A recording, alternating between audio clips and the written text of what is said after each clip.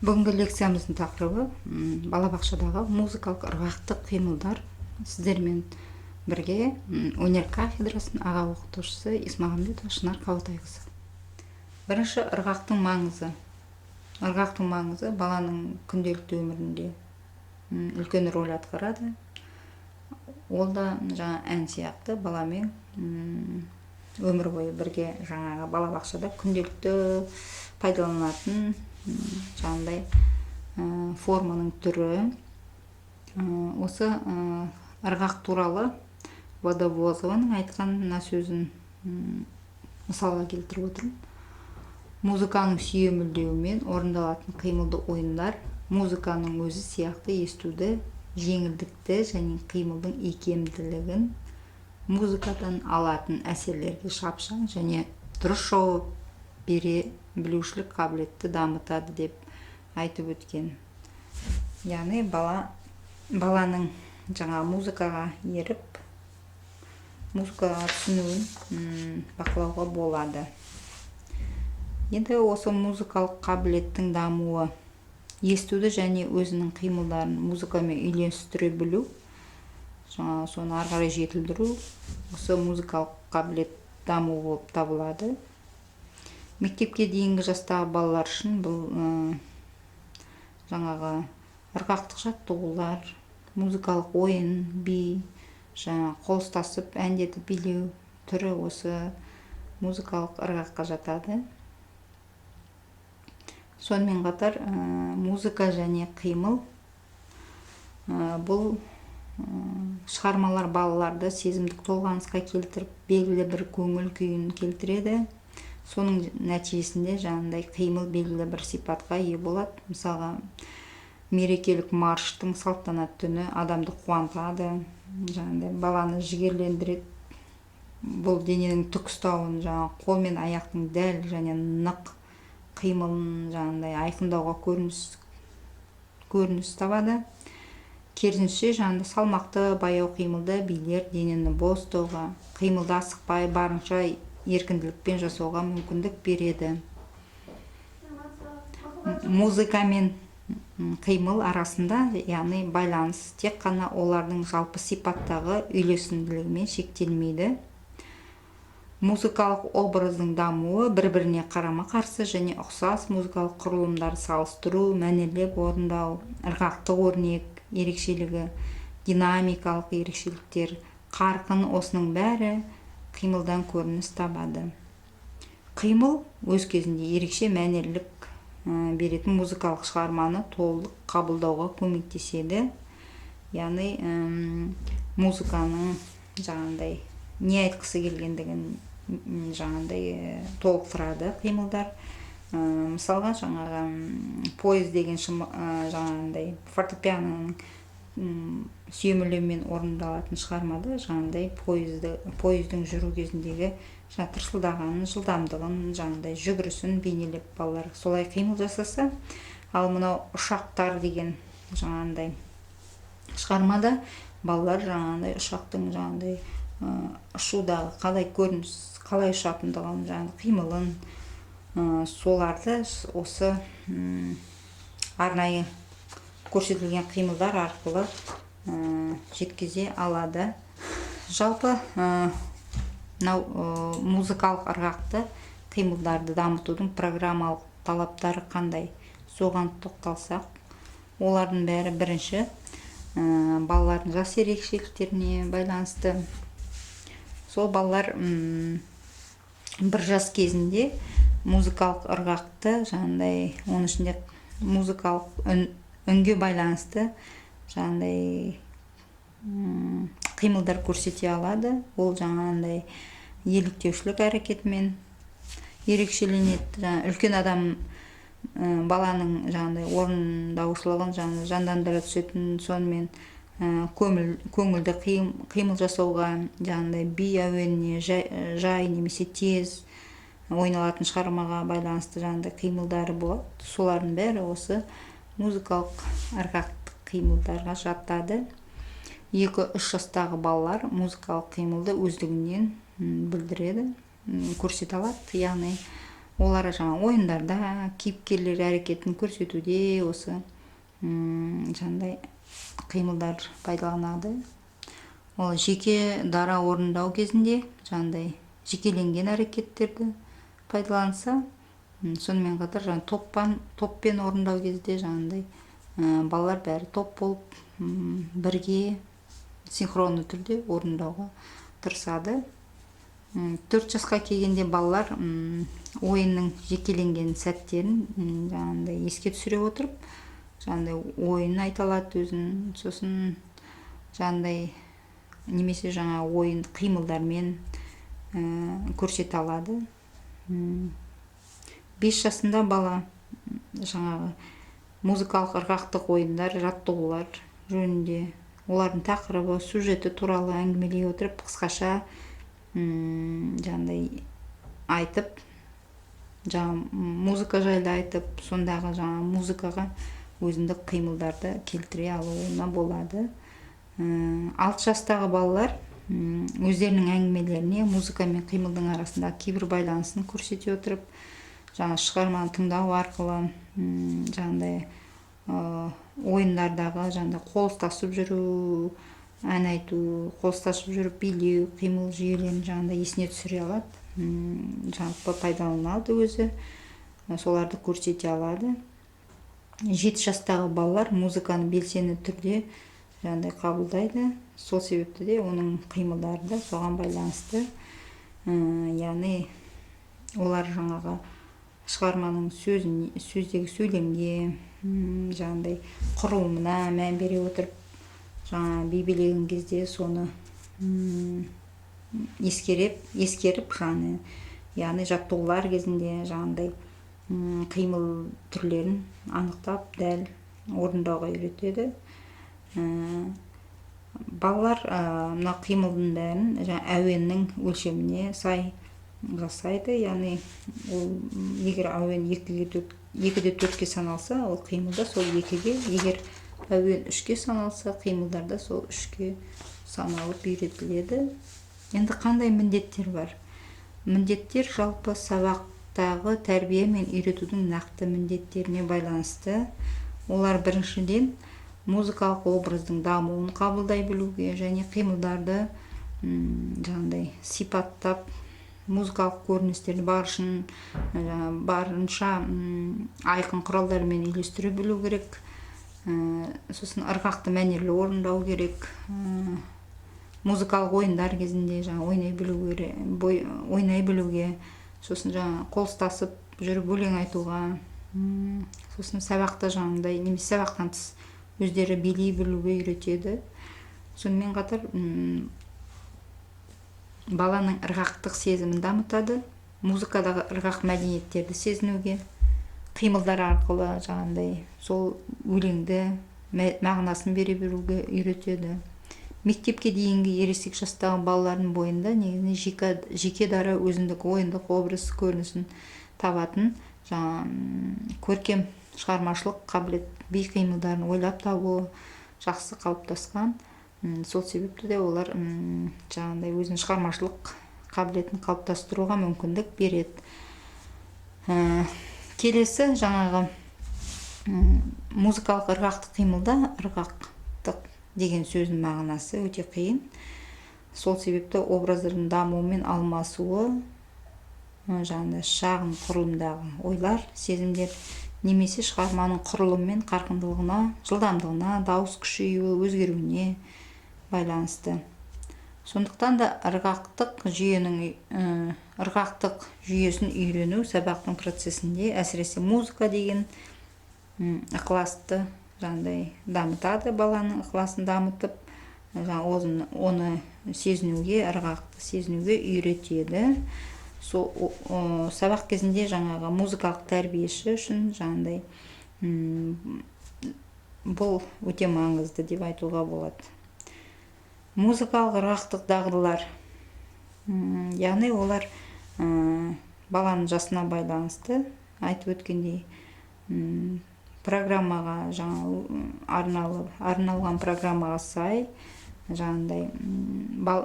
балалармен жүргізіле басталады. Ол кішкентай кезінен басталады. жаңағындай егер сәби балалар музыканың қатты не ақырын айтылғанын жаңағындай естіп, соған жаңағындай қимылдар жасауға үйренеді. Сосын тағы да баланың жаңағы қалыптасуына, оның ішінде жаңағы мектеп алдындағы даярлық топ балалары уже жаңағындай билерді, халықтың билерімен танысып, жаңағындай сол сияқты әр халықтың әуендігін, ритмикалық ерекшеліктерін біледі. Яғни орыс әнін, қазақ әнін, грузин биін осы жаңа жастан бастап үйрете бастау керек. Сонымен қатар мәнерлік қимылдар қандай? Олар бірінші дене шынықтырудағы жүгіру, жүру, секіру, жаңа ойындарда қол ұстасып өлең айту, жаңа доптарды, жалауша, ленталарды пайдалану, осы дене шынықтыруда болатын нәрселердің бәрі мәнерлік қимылдарға жатады. Сюжетке арналып құрылған драмалық шығармалар саласынан жаңағы әннің сюжетін, жаңағы әнге жаңағындай инсценировка жасау, осылардың бәрі жаңағы осыған жатады. Яғни бала өлең айтып немесе би билеп тұрғанда жаңағындай қимылдарға байланысты жасалу керек. Би саласынан ең алдымен мектепке дейінгі жастағы балалардың қабылдауына лайық халық билерінің элементтері пайдаланылады. Бидің түрлерін жаңағындай қарапайым түрлерінен бастап үйренеді. Соған жаңағы мынандай кесте бар, қарап отырсаңыздар. Бірінші жаңағындай кіші топтағы балалар бір қалыпты қимыл марш, секірмелі билер, соларға жаңағындай аяқ қолдарын қимылдата алады. Екінші топ музыканың баяу түріне қимыл жасай алады. Жаңағындай орта топ регистрге, жоғары, төмен регистрге байланысты қимылдар жасай алады. Мынау ересек тобы орта, жоғарғы, төменгі регистрге байланысты қимылдар жасайды. Мынау даярлық тобы осы бүкіл регистрлерге қатысты жаңағындай шебер қимылдар жасай алады. Мына динамикаға байланысты, мына кіші топтың балалары ақырын пиано дейді, ақырын және қатты дыбыстың шығуына байланысты қимыл жасайды. Кіші топ дыбыстың ақырын қатты шығуына қимылдарды өзгерте алады. Мынау орта топ динамикаға байланысты, жаңа ақырыннан қаттыға дейінгі, сонымен қатар соған жылдамдықты қоса алады. Ересек топ динамикаға байланысты, жаңа орташа қатты, екеселенген қатты, осы дыбыстарға жылдамдық қоса алады. Даярлық топтағы балалар динамикаға, жаңа меццо-пиано, жаңа ақырыннан фортаға дейінгі жаңағындай дыбыстың біртіндеп күшейтілуін, жаңағындай сол дыбысқа байланысты жылдамдық қоса алады. Енді қалыптық өзгерістер бізде орта топтан басталады. Олар бір қалыпты және тез қимылдайды. Мына ересек топ бір қалыптыдан ақырын қалыпқа келе алады. Даярлық тобы қимылды жылдамдата алады және баяулата алады. Ырғақ мынау екінші және орта топта өлшемді ырғаққа сәйкес қимылды өзгерте алады. Ересек топ біргелікті жеңіл ырғақтарды шапалақпен қайталанып көрсете алады. Даярлық топ өлшем, дыбыс, екпін, жеңіл ырғақтық өрнектер жасай алады. Музыкалық шығарма, яғни шығарманың басталуы мен аяқталуын көрсетеді. Кіші топ, екінші топ екі бөлімді, жаңағындай қайырмасымен жаңағындай кіріспесін көрсете алады. Орта топ жаңа қимылдың музыкамен екі бөлімінде бірге көрсетіп, бірге бастай алады, аяқтап. Мынау ересек тобы екі немесе үш бөлімді музыкалық шығармалардың музыкалық орындауға сай өзгеруін көрсете алады. Даярлық тобы музыкалық кіріспеден соң жаңа қимылды өздігінен бастай алады. Яғни өздігінен қимыл бастай алады. Енді келесі мынау музыкалық ырғақтық қимыл түрлері. Бұлар музыкалық ойын, би, секіріп билеу, сосын жаттығулар. Оның ішінде жаңағы музыкалық үйретудің әдістері мен тәсілдері қандай екен? Соған тоқталсақ деймін. Яғни бала жалпы ырғаққа және ән айтуға үйрету кезінде мынандай ұқсастықтар болады. Ол бірінші ұқсастықтар естуі керек бала, сосын көру жаңағыдай, сосын не тағы сөздік әдіс міндетті түрде болу керек, сосын жаттығулар. Осылардың бәрі бірге жүреді. Екіншіден, ән айту арқылы жаңағы шығарманың қиындығын, баланың жасы мен жеке басы мүмкіндігін еске алумен жаңа репертуарын қандай түрде екенін көруге болады. Қиын жерлер болса, оларды жаңағыдай міндетті түрде жаттау керек, сол әдіс қолданылады. Сосын музыкалық шығармалар қабылдау тұтастығын талап етеді. Жаңа тағы бір әдіс, ол жаңағыдай шығарманы аз болса да, оны белгілі бір мазмұнға жаңағыдай шығарманың көлеміне қарамау керек. Шығарманы қалай жеткізе болып, жаңағыдай шығарманы сапасына қарау керек.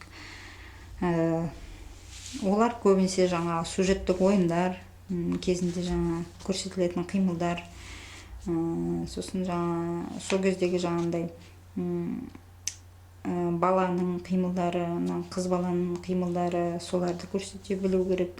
Аңдарын, жаңағыдай аттарына байланысты қимылдарын, жаңағы ойыншықтардың қимылдарын білген дұрыс. Енді мынау балғын жастағы балалар мәнерлі қимылдары жаңа айтып өткен. Енді балғын жастағы балаларды музыкалық қимылдарға қатыстыру әдісі, ол жалпы өмірдің алғашқы айларында жаңағыдай үлкендердің көмегімен, немесе жаңа металлофондарды ұру арқылы, жаңағыдай үріп ойналатын гармондар арқылы, жаңағыдай сазтырнайлар арқылы, тоқылдақтар арқылы, жаңағыдай осы бидің, ырғақтың ритмі көрсетіледі. Сол арқылы жүреді. Олардың жаңағы баланың сіздің көрсеткен ырғағыңызды қайталағаны, мысалға баланың түсінгендігі, күлімсіреп қарағандығы, осының бәрі осы жаңағыдай алғашқы жұмыстардың бірі болып табылады. Сонымен қатар жаңағы бала дамыған сайын жаңағы баланың өсуімен, жаңағыдай баланың үйде қайда жатады, соған байланысты жаңағы содан соң жаңағы музыкаға еліктеуі, қимыл жасауы, осылардың бәрі осы баланы дамытып өсіреді. Балалардың жаңағы ең жаңағы көп пайдаланатын элементі ол жаңағы қимылдар, яғни секіру, биінің қимылдарын, яғни қолын сермейді, жаңағыдай алақан соғу, сосын не тағы жаңа аспаптар, бөбемен, жаңа соларды соғу, сылдырмақтар сылдырлату, осылардың бәрі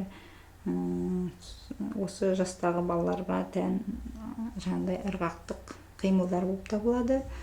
Екінші 2 жасқа аяқ басқанда бала жаңағыдай баланың денесінің өсуіне байланысты қимылы да күрделенеді. Яғни жүрістері де жаңағыдай нақ қимылдай жасай алады. Жаңағы баланың ұшуын құстың ұшуын көрсете алады, жаңа аюдың жүруін, жаңа саусақтарын қимылдатып билей алады. Жаңа ойындар кезінде, секірме билер кезінде, жаттығу кезінде жаңағыдай жалпы жақсы жасай алады. Бұл жердегі жаңа репертуарлардың бәрі осы баланың жасына арналып таңдалынады. Жаңа оның бәрі бағдарламада көрсетілген.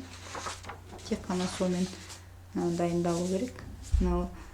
Мектеп жасына дейінгі балаларды музыкалық ырғақтық қимылдарға үйрету әдісі. Олар бірінші жаңа 3 жасқа аяқ асқанда бала жалпы денесінің дамуына байланысты оның өмірінің 3-ші жылында олардың жаңа музыкаға орай қимылдар жасауы біршама ширағырақ болады.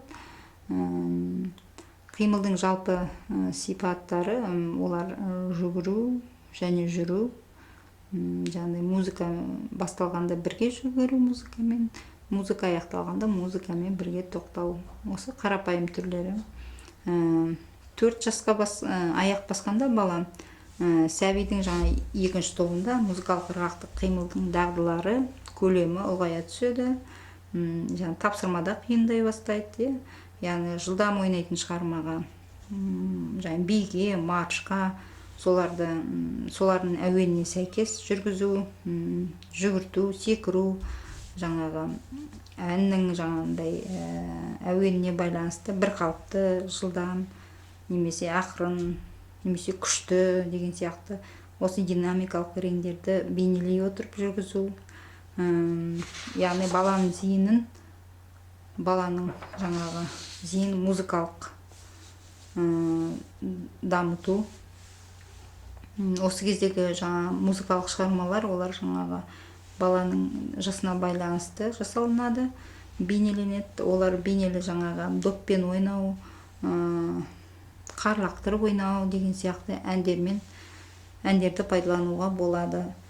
Тек қана әндерді пайдаланбай, осылардың қимылдарын жаңағы әнге сай жасап тұру керек. Мысалы, жаңа доппен ойнау кезіндегі жаңағы шынымен допты ұрудағы жаңа саусақтардың, буындардың жаңағыдай емін-еркін жүруіне, сосын қар лақтырып ойна дейді. Ол кездегідей жаңа қимылдарды қайталау керек.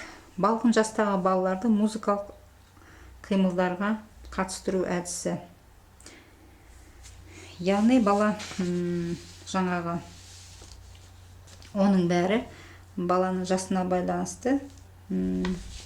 Балғын жастағы балалар жаңағы 1 жасқа аяқ басқанда немесе өмірінің жаңа алғашқы айларында жаңағы баланың үлкен кісілердің айтуын қайталау арқылы жаңағыдай қимылдар жасайды.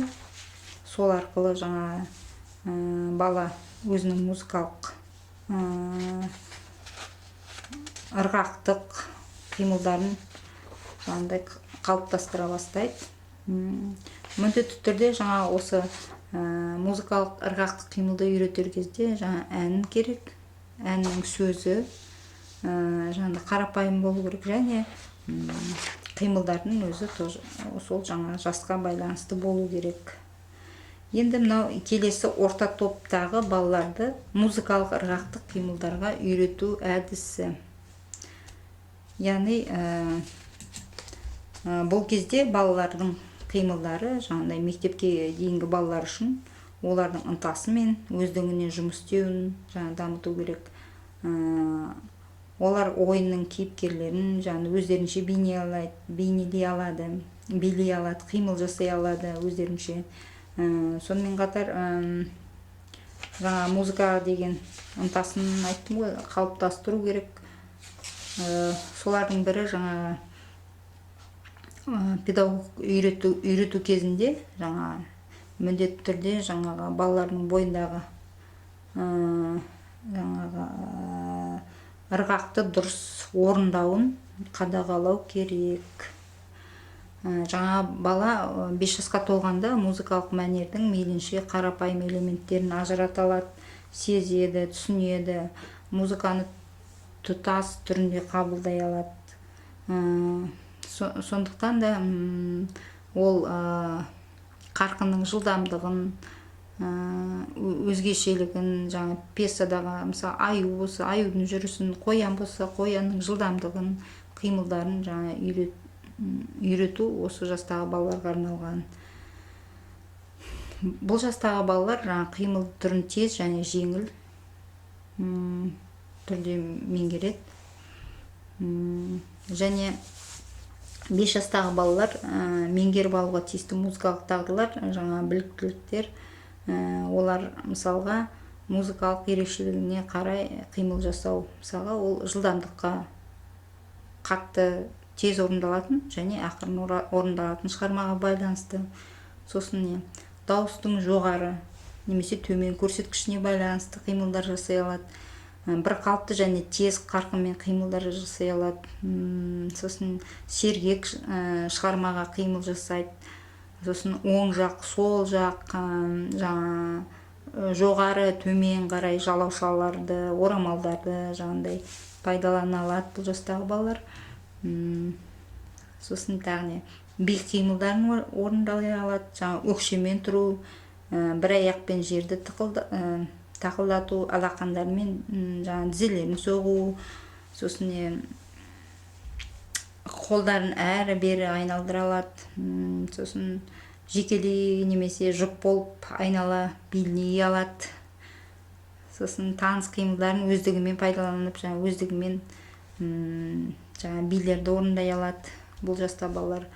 Әрине бұл жердегі бұл жастағы балаларға арналған репертуарлар жалпы олар жаңағы соқыр теке, мені тауып ал, сосын тауықтар мен әтеш, мысық және мысық балалары деген сияқты осы әндерді алып осыларға кәдімгідей қимылдық ырғақтық образдарды көрсетуге болады.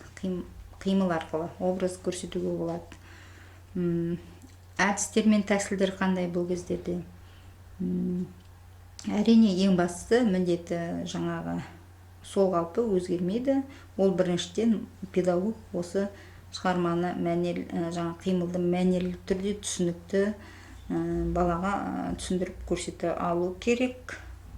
Сонымен қатар баланың дұрыс орындалып жатқанын жаңағыдай қадағалау керек міндетті түрде. Жаңағы мысалға жаңаға тауықпен жаңа әтеш деген жаңа ойынын үйрену барысында жаңағыдай қамқоршы әтештің маңғаздығына, жаңа салмақты жүретініне, тауықтарға жаңағыдай дәм іздеп жүрген балаларға жаңағыдай сөздер арқылы әтеш біздің ауладан теріп жейді дән тары, мұнда азықтың көптігін тауықтарға айтады деп жаңағыдай осындай ән сөздер арқылы қимылдар, ырғақтарды үйретуге болады. Енді келесі мынау ересек топтағы балаларды музыкалық ырғақтық қимылдарға үйрету